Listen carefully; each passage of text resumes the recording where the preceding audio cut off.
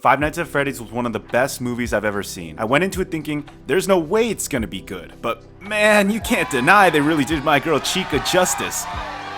A story of childhood joy gone wrong, mixed with the themes of missing family members, made our main character, Mike Schmidt, feel super relatable. And, okay, I think that's enough. I want people to know this movie's bad. Plain and simple. And I'm not saying that like I'm mad that it's bad. Sure, I'm a little peeved I spent almost 2 hours on it, but thank God it wasn't the requisite 2.5 hours that every full-length feature film seems to want to be. The movie was just sloppy. It felt very put together last minute. No disrespect to the people who made it, but I feel like this is what level of screenplay is produced when you do it in like 24 hours. Unless the people behind this movie genuinely didn't care, but I wouldn't go that far. I saw this movie with a friend who didn't know shit about the franchise, and I gotta say, while I was soy boying and pointing out stuff like, OMG, that's Balloon Boy, or OMG, that's the fashion theory guy, he was able to look at it more with an objective experience. But what was weird was we had very similar opinions that it was meh.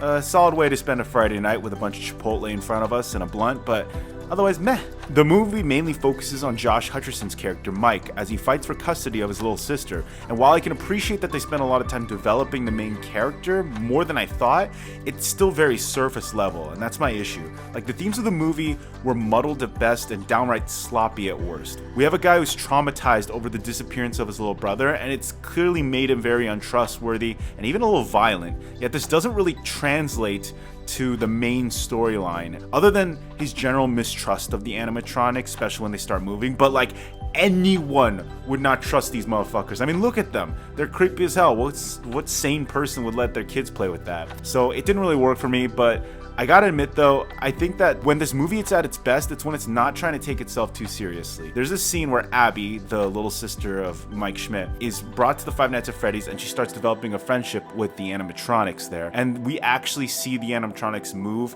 and it's kind of weird how wholesome it suddenly gets as the animatronics become friends to her, and it kind of gave off Studio Ghibli vibes, My Neighbor Totoro type beat, but it was kind of a weird shift, but I liked it. It was like a dark comedy shift from seeing them maul a bunch of people in the first scene before this, and now they're just helping out a little girl. It actually worked, and I liked that. I was hoping that this would last for the rest of the movie, but no, they just go back to being assholes, and Mike has to electrocute them Hangover style. Emma Tammy, the director, actually did an okay job. My issue with the story doesn't translate to her directing. I think she did a fine job. I think the overall mood of the movie was great. I know it's set in the 80s, however, honestly, I couldn't tell. Other than some VHSs and some choices in the technology, it really doesn't give the vibes of an 80s aesthetic.